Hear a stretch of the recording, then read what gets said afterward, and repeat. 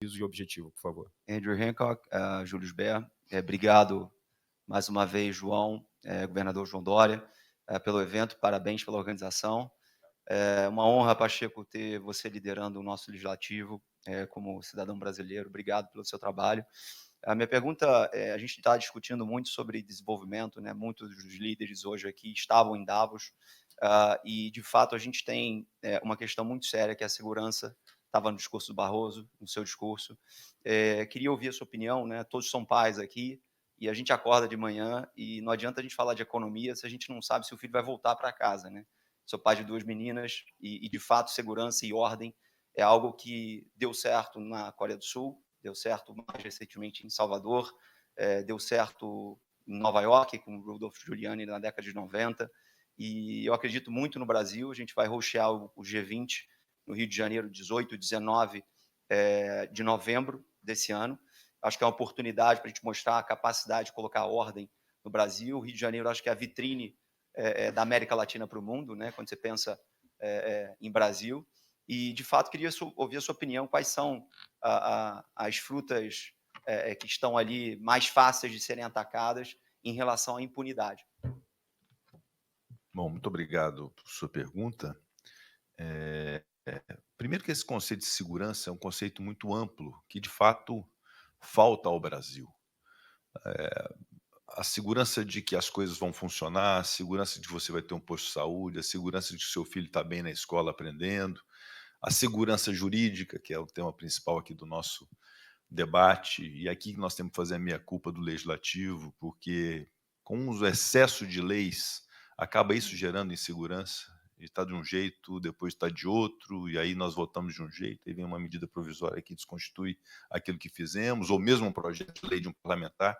Então essa insegurança é um conceito muito mais amplo que, de fato, nós temos que buscar ter no Brasil de uma maneira definitiva. Você se refere mais especificamente à segurança pública, à segurança do direito de ir e vir sem ser admoestado, sem ter ofensa à sua integridade física, sem ter risco à sua vida, que de fato é um problema gravíssimo que o Brasil já enfrenta há algum tempo e está enfrentando de uma maneira muito severa agora, já com as notícias todas que estão sendo veiculadas aí, de todos os tipos, né? Nós perdemos a capacidade de nos surpreender com a sofisticação do crime, dos mais variados, fruto por vezes da saúde mental, fruto por vezes da alienação de rede social, fruto da criminalidade organizada, que é algo que se estabeleceu no Brasil de uma maneira muito forte, né,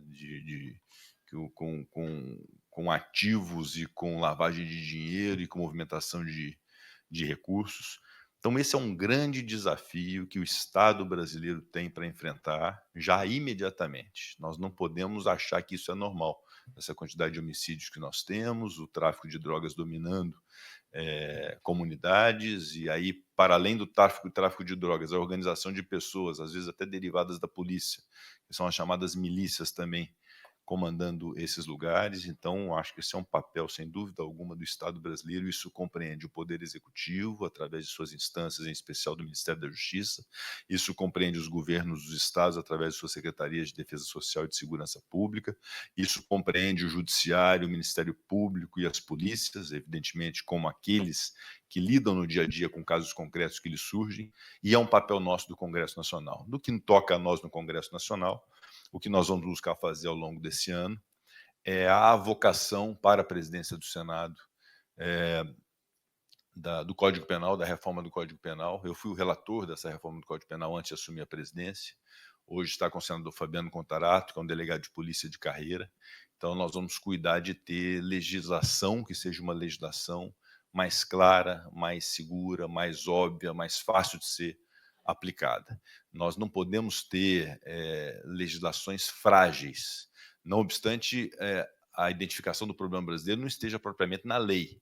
Pena há, a criminalização também há, mas há, por vezes, uma dificuldade que advém da própria lei e da aplicação dela no Poder Judiciário, que gera aquilo que é a base de uma sociedade desorganizada, que é a impunidade.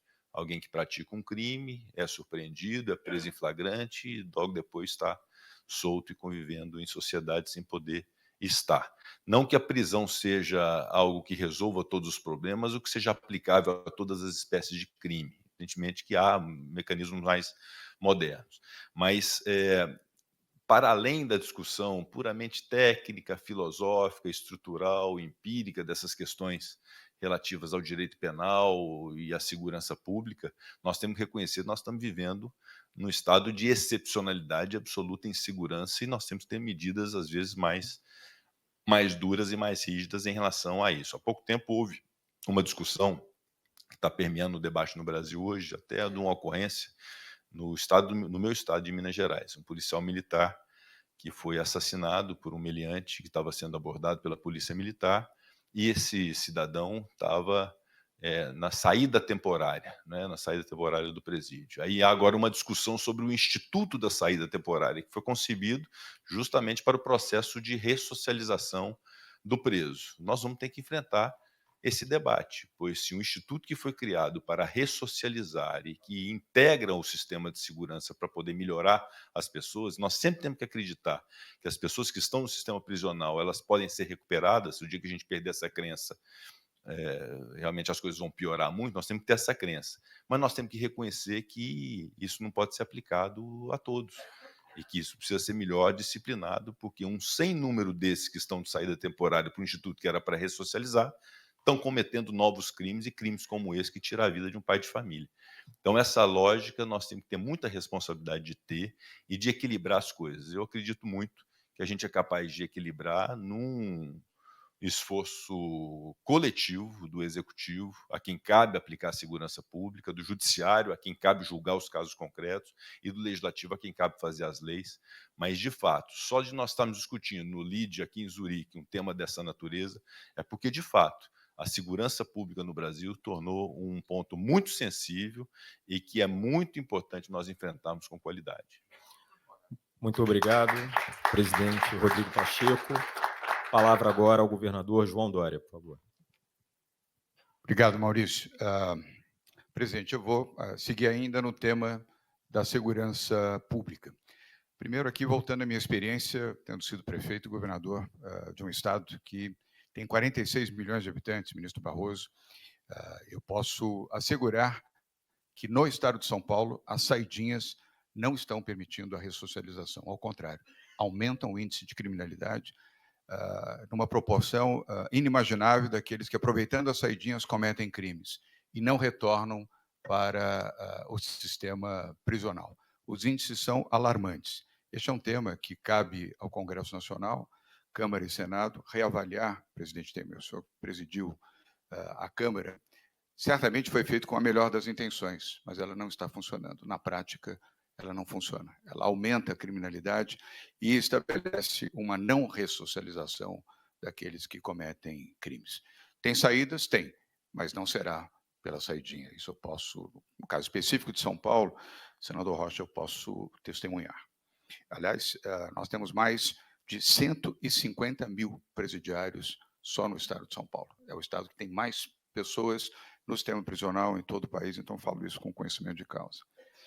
Depois, queria fazer uma observação em relação... Observação não. Primeiro, endossar a colocação feita pelo presidente do Congresso Nacional, que a base fundamental que estimula a criminalidade no país é o tráfico de entorpecentes. É esta a grande alimentação, Maurício Fábio Carvalho, da criminalidade no país. Eu não tenho índices, nem sei se existem índices confiáveis nesse sentido.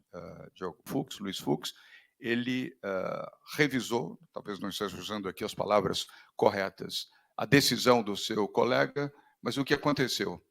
O traficante já tinha fugido para o Paraguai, não foi mais encontrado, nunca mais foi encontrado, certamente continua do Paraguai comandando o tráfico em São Paulo. O máximo que nós conseguimos foi apreender 2 lanchas de luxo, a sua casa de verão em Angra dos Reis e o seu avião no Campo de Marte, em São Paulo. Até quando nós vamos ter que conviver com isso, presidente? Podemos ter uma reforma que permita, na legislação, o amparo para evitar que tanto o Supremo possa cometer algum erro, e a decisão ali, eu não me refiro nem nominalmente ao ex-ministro, porque sei que ele não fez isso por uma decisão pessoal, fez isso amparado numa legislação que é dúbia, e também o tema das saidinhas, presidente. Bom, Algo que nós nunca podemos deixar de considerar é que o Poder Judiciário, o Ministério Público, assim como nós, congressistas, somos seres humanos e, como seres humanos, somos suscetíveis a erros, né? Há um sem número de situações que chegam para um juiz ou para um ministro do Supremo Tribunal Federal para que ele possa decidir, e ora a decisão é acertada e ora, eventualmente, ela pode ser errada. Então, isso nós temos que reconhecer, admitir, porque isso é no Brasil e em qualquer lugar do mundo. Segundo lugar, é que o ordenamento jurídico brasileiro, a nossa Constituição, prevê princípios e preceitos que pressupõem que a liberdade do cidadão é a regra e que a prisão é uma exceção. E essa exceção se materializa após o julgamento do cidadão. Eu não estou me referindo, no caso concreto, a um traficante renomado e de alta periculosidade, absolutamente. Mas a regra geral dos cidadãos e do aspecto jurídico penal do Brasil. Então, a liberdade é a regra, a prisão é uma exceção, em tese a prisão advém de uma condenação que seja definitiva, então faça a pessoa cumprir pena. Mas há as hipóteses antes da condenação, que são as hipóteses de prisão temporária e de prisão preventiva, especialmente a prisão preventiva, para poder garantir a ordem pública, a aplicação da lei penal naqueles casos que evidentemente se indica que a pessoa vai fugir. Então, cabe ao judiciário, em cada caso concreto, decidir à luz do que a Constituição e a lei determinam e, obviamente, repito, ora o judiciário vai acertar, ora vai errar, mas é excusável a um juiz, qualquer juiz que seja de uma comarca, que ele eventualmente cometa erros. Eu tenho certeza que o magistrado ou a magistrada que autorizou uma saída temporária de presos ao longo do ano com o objetivo de fazer se cumprir a lei para que ele possa ser ressocializado, não adere à conduta criminosa daquele que em saída temporária a pratica. Mas isso tudo nos faz ter uma reflexão muito profunda sobre a eficiência do nosso sistema de segurança. Essas são as regras, esses são os princípios, mas há uma guerra instalada envolvendo traficantes de drogas, envolvendo milícias, envolvendo crime organizado, envolvendo violência urbana, que precisa ser remediada pelo Estado brasileiro. E isso pode comportar discussões sobre critérios de ressocialização.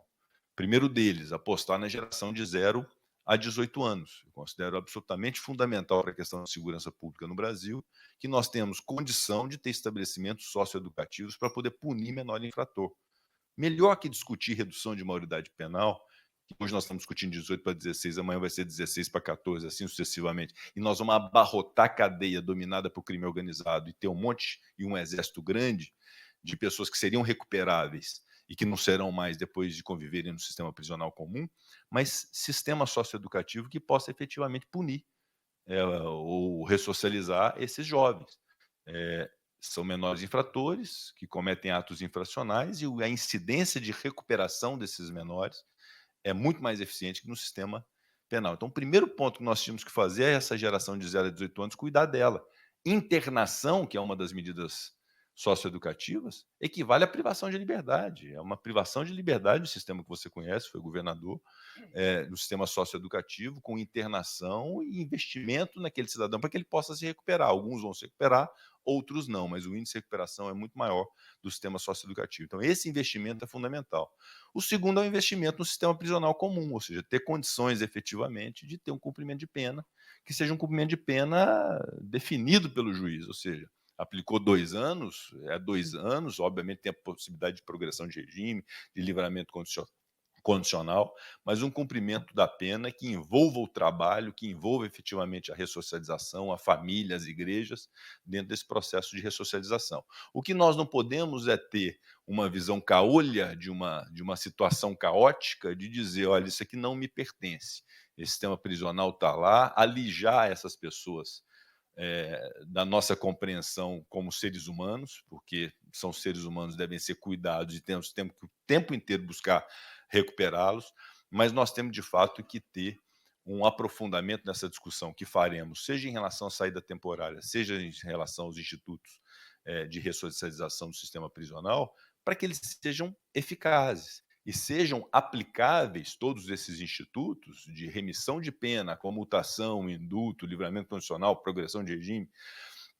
que eles sejam realmente eficazes para poder fazer cumprir a pena e buscar recuperar o máximo possível de pessoas. Então esse é o papel nosso, esse tema está muito eh, envolvido na discussão hoje política, mesmo no recesso por parte de parlamentares, será inevitável nós buscarmos conceber uma reformulação do Código Penal e da Lei de Execução Penal para poder ter eficácia na aplicação da pena, porque de fato não é tolerável que alguém que não tem condição de estar em liberdade esteja em liberdade de maneira excepcional e venha matar uma outra pessoa praticando um crime. Isso é uma demonstração de ineficácia e ineficiência do Estado brasileiro que precisa ser remediada. Alguns justos pagarão por pecadores, infelizmente, mas é a norma que nós precisamos estabelecer, porque sempre o interesse público deve se sobrepor ao interesse individual. E hoje há uma questão de interesse público no Brasil,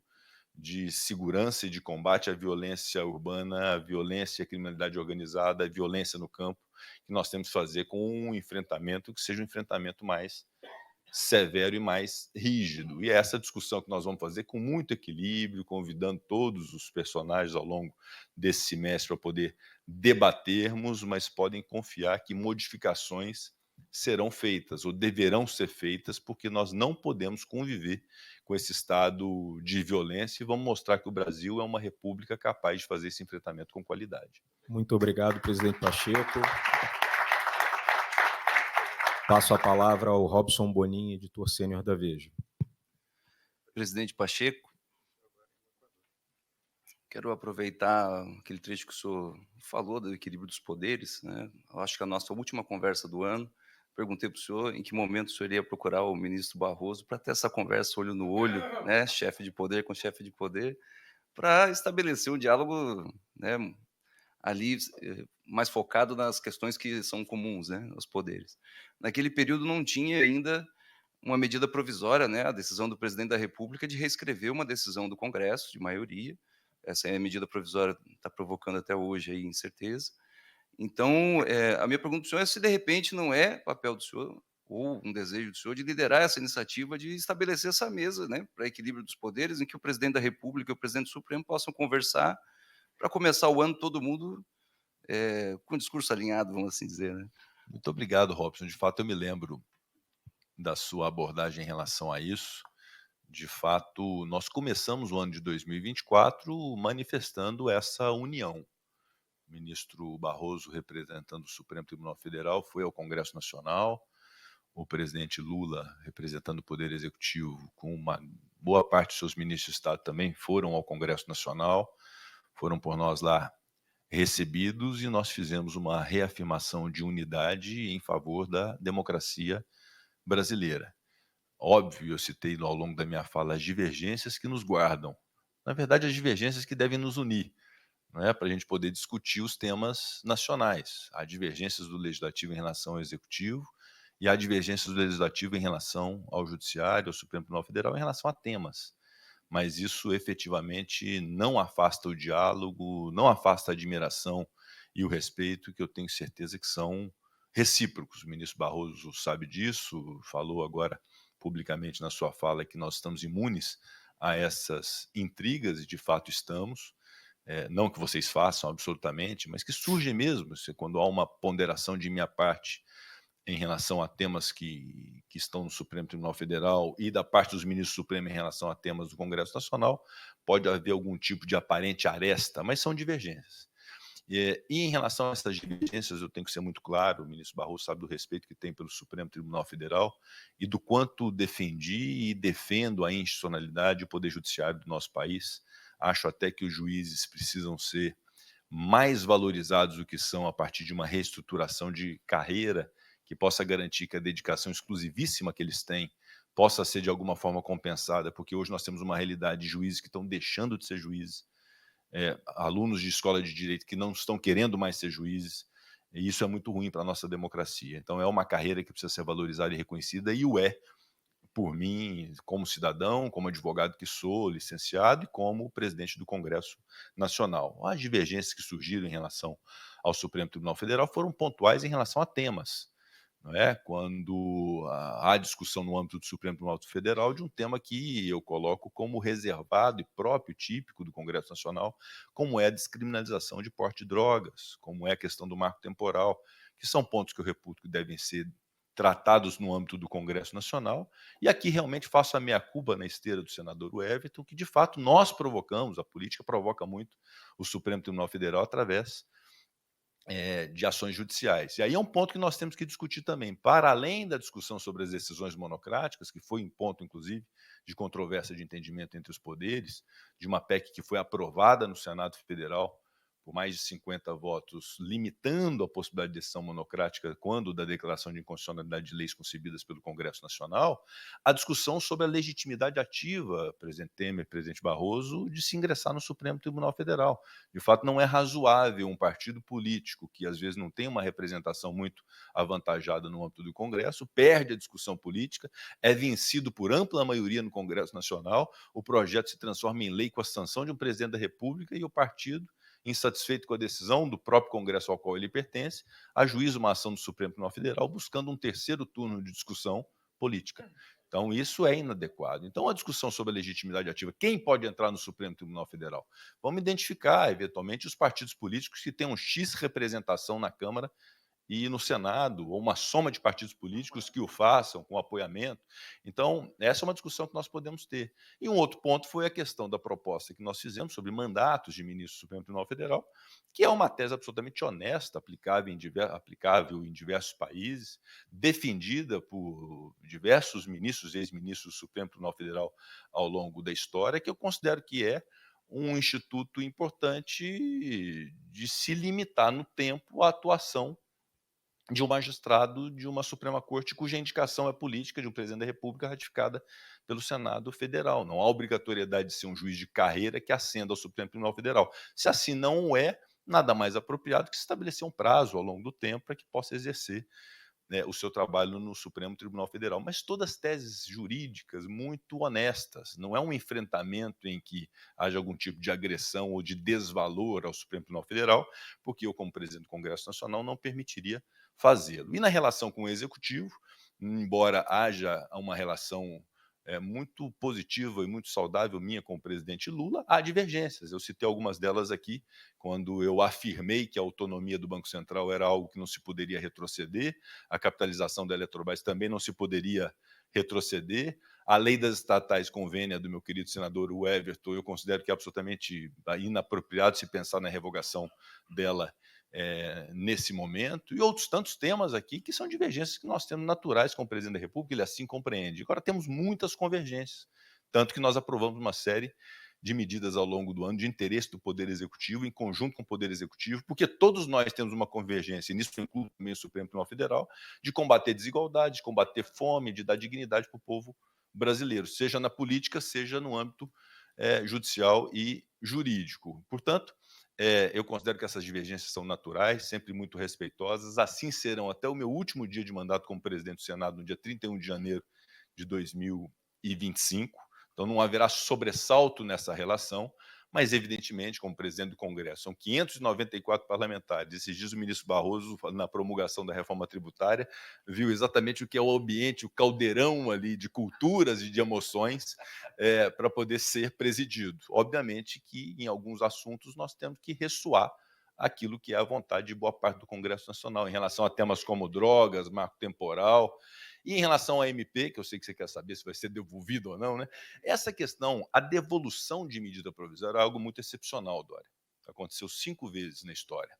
Uma delas comigo, no governo Bolsonaro, houve a edição de uma medida provisória que era objeto de um projeto de lei que nós tínhamos aprovado, sobre fake news. Aquele projeto de lei de fake news que eu falei mais cedo. E aí houve uma medida provisória, manifestamente inconstitucional, foi por mim devolvida. Ali havia uma razão de inconstitucionalidade de devolução. Essa medida provisória, agora recente, fosse ela somente relativa à desoneração da folha de pagamento, em que houve um pronunciamento robusto e rotundo do Congresso Nacional de prorrogação da desoneração da folha de pagamento do Brasil, ela seria inconstitucional e seria devolvida.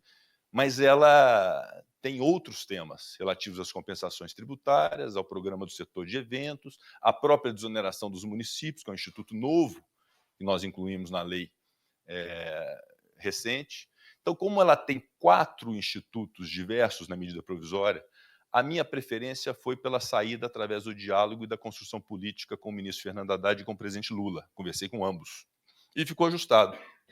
E aqui quero dizer, a desoneração da folha de pagamento, a despeito daqueles que concordem ou não com esse instituto, mas tendo sido uma decisão do Congresso Nacional através de uma lei decidida pelo Congresso e com um veto derrubado pelo Congresso Nacional e por mim promulgada a lei, a desoneração valerá.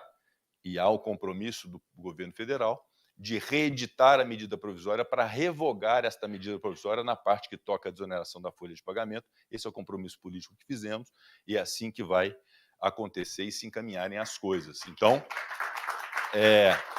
muito melhor, e seria cômodo de minha parte, como presidente do Congresso, simplesmente devolver, acho que eu agradaria boa parte da sociedade, né, da opinião pública, mas eu preferia, até em respeito ao ministro Haddad, reconhecendo o seu esforço de busca do déficit fiscal zero, das medidas todas que nós aprovamos com coroamento no final do ano, com a promulgação de uma reforma tributária. Era muito melhor sair na construção política, e é assim que nós estamos nos encaminhando. Essa medida provisória será, então, revogada por uma nova em relação à desoneração da folha de pagamento, e nós teremos, então, a prorrogação da desoneração da folha, sem prejuízo, e aí é algo legítimo, que eu preciso reconhecer o direito do Executivo de fazê-lo, de querer discutir através de um projeto de lei. Todos os temas podem ser discutidos através de projeto de lei. Eu não vou negar esse direito ao Executivo, mas não pode ser por medida provisória que já tem um efeito imediato de desconstituição daquilo que nós fizemos. Isso ficou muito claro, de uma forma muito madura. Isso ficou claro nesta relação e assim serão encaminhadas as soluções relativas a essa medida provisória. Muito obrigado, presidente Rodrigo Pacheco. Nosso tempo está acabando, na verdade estourou, mas a gente tem 2 minutos aqui para as considerações finais do CEO da Editora Abril, Fábio Carvalho. Obrigado, Maurício. Eu serei breve, até porque uma das consequências de ter jornalistas competentes é que eles fazem a sua pergunta na sua frente. Então, na verdade, ao invés de uma pergunta, eu vou só tecer algumas considerações e, caso, obviamente, queira complementar, fique à vontade. Mas, ainda sobre o tema da MP, né? Eu aproveito para registrar a minha admiração pela elevada posição institucional que o senhor, ministro Barroso, tem no tratamento de questões extremamente delicadas institucionais brasileiros. A gente veio de um período onde as luzes precisavam ficar acesas, porque a tensão institucional era muito grande, a postura dos dois sempre foi mais elevada e elegante, apesar de ser um adjetivo muitas vezes considerado supérfluo, nesse caso é extremamente importante. E a gente adentra agora um novo mandato presidencial, uma nova dinâmica política, aonde a gente teve esse momento aí dessa MP aparecendo, criando uma tensão. Folgo em saber da solução encontrada, porque me parece efetiva e elegante e pacificadora, né? Mas fica ainda uma preocupação do ponto de vista institucional, na minha opinião, que é um efeito sistêmico dessa medida, dessa atuação, dessa conduta do Executivo. Então, a gente, no mundo privado, a gente ouve muito dos nossos advogados de que nós temos que exercer os nossos direitos dentro de determinados limites, sob pena de ser considerado um abuso de direito, né? Eu, na minha carreira jurídica, eu li muito sobre direito civil constitucional, preconizado por um dos presentes, e aprendi isso, que esses direitos estão todos sempre sujeitos a certos limites. E o processo legislativo ordinário, ele é através de projeto de lei, não se pode negar essa prerrogativa ordinária do Executivo, com um debate amplo nas duas casas, sujeito a veto, sujeito a derrubada de veto. Então, a gente tem um momento onde todo o processo legislativo, dentro dos princípios de equilíbrio de poderes, foi respeitado, chegou-se a uma vitória inequívoca de uma das teses, independente, não quero que entrasse qual é das teses, e você tem um requestionamento imediato por via de um mecanismo de exceção, que é uma medida provisória.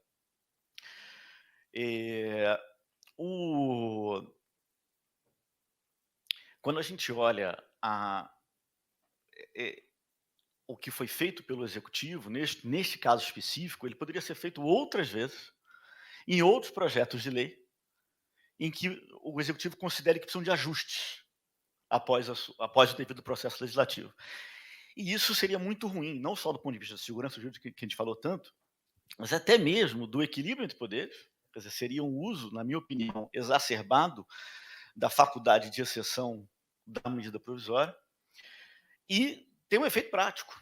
A gente listou aqui dezenas de questões importantes na pauta do Congresso, um Congresso focado em reformas estruturantes, que tem feito um trabalho muito importante para o Brasil, e as medidas provisórias, elas entram e elas travam a pauta, elas criam um novo fato político, criam um novo debate, mas para assuntos que foram superados, né?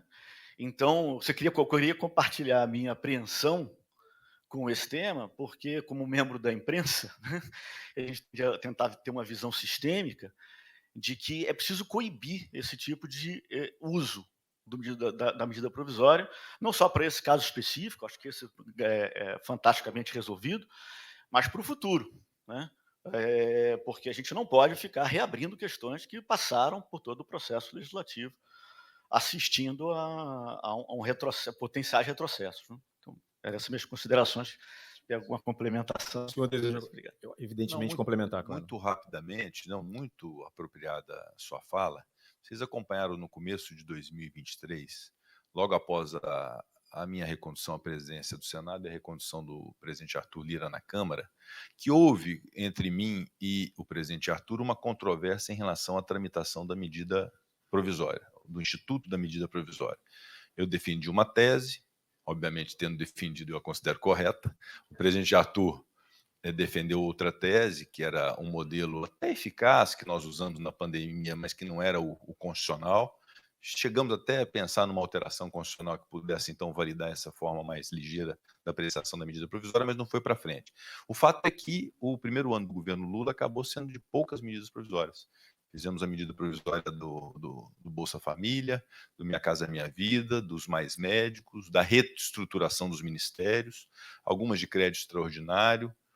Então, houve pouco uso de medida provisória em relação a essa controvérsia da Câmara com o Senado, o que revela, inclusive, que essas controvérsias aparentemente ruins, elas são boas, porque, no final das contas, se disciplinou um pouco o uso de medida provisória no Brasil, que era um desejo muito antigo, de se ter um pouco mais de comedimento em relação à medida provisória, que tem requisitos constitucionais muito claros, de relevância e urgência. O natural e a regra é projeto de lei, e não medida provisória. Então, acabou isso sendo um desfecho interessante. E, de fato, essa medida provisória, especificamente em relação à questão da desoneração, volto a dizer, fosse ela restrita à questão da desoneração, talvez o remédio fosse mesmo a declaração imediata de inconstitucionalidade em razão da decisão do Congresso Nacional. Na esteira, inclusive, de que foi uma decisão do Supremo Tribunal Federal, no governo passado, quando o governo editou uma medida provisória que visava desconstituir as leis da cultura. E houve uma decisão, salvo engano, da ministra Carmen Lúcia, que dizia, não, ela é inconstitucional porque já foi decidido pelo Congresso Nacional. Então, seria na mesma linha, mas ela trouxe outros institutos. E aí me permita, nesse caso concreto, que eu considero que vai estar resolvido, a desoneração vai ser mantida, a prorrogação dela, com esse acordo político que nós fizemos, mas aqui uma ligeira defesa do ministro Fernando Haddad em relação a isso. Durante toda a discussão sobre a prorrogação da desoneração da folha de pagamento, ele por algumas vezes disse a mim e a parlamentares que pretendia apresentar um modelo que fosse um modelo de aprimoramento do Instituto da Desoneração da Folha, com uma transição para que voltasse ao regime antigo. Então, ao longo do ano, ele disse que apresentaria um modelo e, de fato, houve, por parte do Congresso Nacional, a votação, depois a derrubada de um veto, a promulgação pelo presidente do Congresso Nacional e não pelo presidente da República, e de fato apresentou então o ministro Fernando Haddad, com a melhor das intenções, um novo modelo que ele considerava adequado através dessa medida provisória. Eu não considero que houve má-fé, eu não considero que houve propriamente um desrespeito ou uma afronta ao Congresso Nacional, senão aquilo que desde o começo do ano ele dizia, sobre desoneração que queria fazer, que não conseguiu fazer no momento próprio da discussão do projeto de lei e que veio a fazer depois. Mas eu considero esse caso da desoneração agora materializada, essa nova medida provisória,